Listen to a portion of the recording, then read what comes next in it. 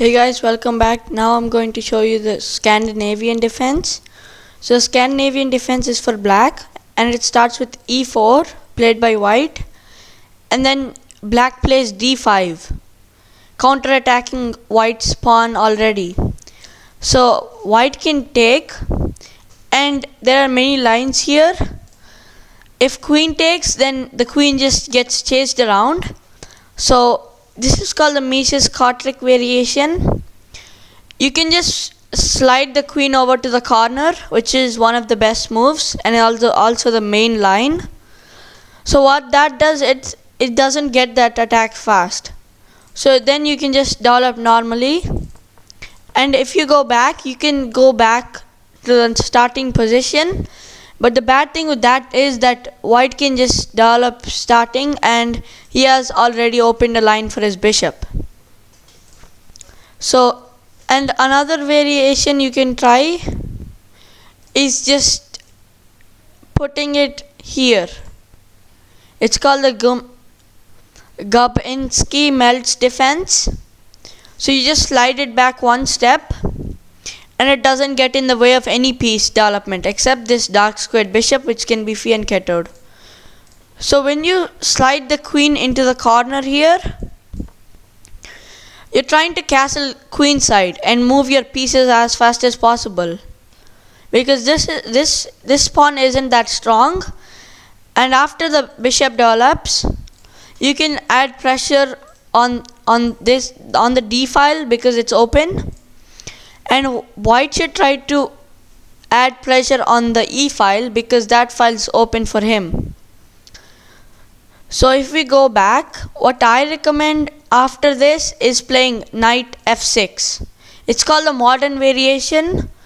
So you're trying to just take the pawn with your knight, because the knight can't get chased around much by other pieces. So after this, white has a variety of different things to play. He can reinforce his pawn, but that is a big problem, because then after c6 you want to take the pawn, and black has very strong development in the starting and white has only one pawn. This is called the Scandinavian gambit. You sacrifice the pawn for development. And if we go back, instead of this, you can also play e3. It's called the Icelandic Palme gambit.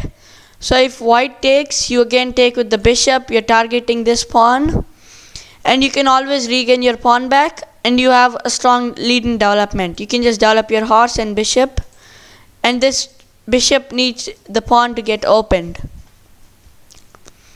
So here, if we go back, another thing you can play is just develop normally with bishop c4, and you're still pretty good. Even though white has two pawns and is a pawn ahead, you have more development and you have chances of winning the game quickly.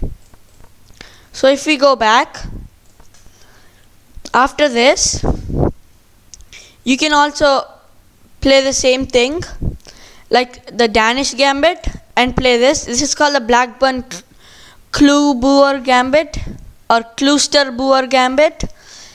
And after black takes, you can play bishop f4. Oh, actually, sorry. I mean, first you take it with the knight on c6, and then after white develops, you can just develop normally, and you have a better starting than white. So another thing you can try is after queen takes and knight attacks, you can just check the king, but that isn't that good because the bishop can just block and white has a better game.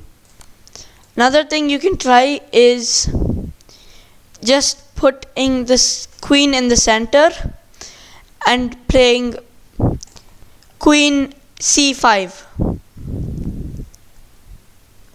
The queen doesn't get attacked much, but if somebody plays this is actually better for white, because after d4 you have to go back again, and white is better here in development.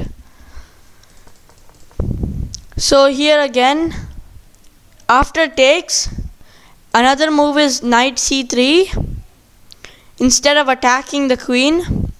So first of all, knight c3 prevents the check from coming here, and also it also blocks this diagonal for the queen. So after knight c3 you can play, so black is trying to castle queenside, so first you can pin the knight to the queen and try to create queens because you're down development a bit. So if white attacks your queen, you can just move it up a bit and just check. Again, as I said, after this it's also fine because this is actually a pretty bad move, because if you play this, then you'll get into this trap where you have to take with this pawn. It's not exactly a trap, but your bishop is pinned, so you have to take with this trap, and you have to take with that pawn, and it's very hard to get your king castled that side, because the king, after the king is castled, he's very open. So let's just say this, and then castles. The king is very open on this file, and if black can try to open this file, he'll have some very strong attacking chances. So instead of playing bishop e2, you can play knight e2. The same thing, but again you have to take with the pawn on the G rank. So this again has to be met with queen, because that's the only choice you have, or else you have to lose. You're going to have problems on the G file if you castle. So if queen takes queen, everything is fine and white is better because he has 3 pieces versus only 1.